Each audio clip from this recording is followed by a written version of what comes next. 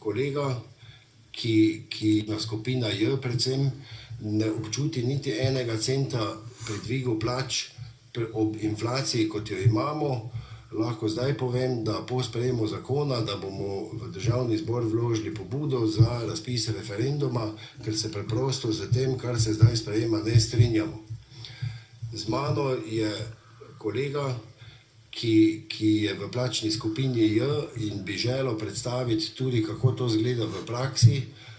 Vodi kuhinjo v enem od domov starejših občanov in bo sam povedal, kako stimulirati podrejene, ki so vsi pod minimalno plačo in dobijo enako plačo.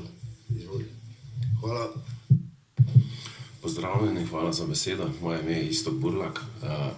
Sem vodja kuhinje v enem izmed domov.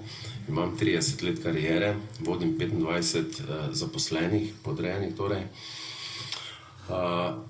Lahko povem, da v teh 30 letih smo J skupina res zapostavljena skupina, kader praktično nimamo orodja, s katerim bi lahko stimulirali kader.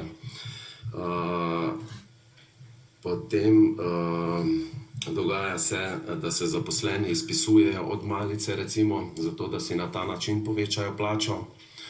Lahko povem za sebe, recimo, za 30 let kariere v javnem sektorju sem odgovoren za 350 stanovalcev, za njihovo prehrano, pripravljam javne razpise, imamo cirka 200 zunanjih strank in je moja plača, recimo vam lahko povem, po 30 letih sem trenutno v 32. plačnem razredu.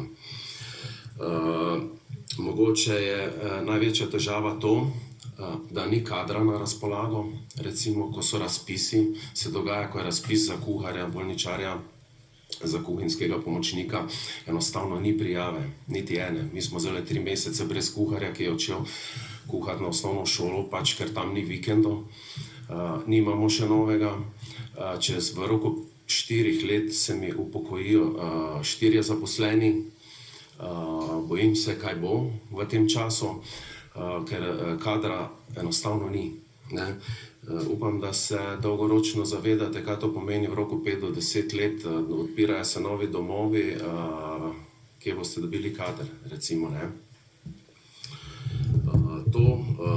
Kljub temu, da bom tako dejal, da so recimo delovni pogoji v javnem sektorju, v kuhinji relativno oziroma za odtenek boljši kot v zasebnem sektorju, kljub temu ni zanimanja za te poklice oziroma za zaposlitve v tej branži naši.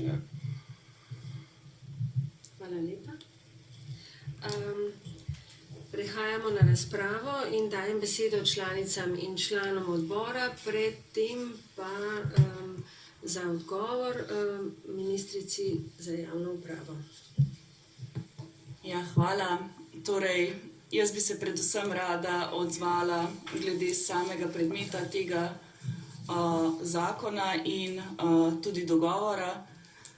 Kot sem začela, torej vlada je vstopila 20. junija in odprla socialni dialog 20 dni po nastopu mandata z namenom, da bi v javnem sektorju naslovila problem ali pa izziv inflacije in draginje, torej zaposlenim v javnem sektorju nekako ponudila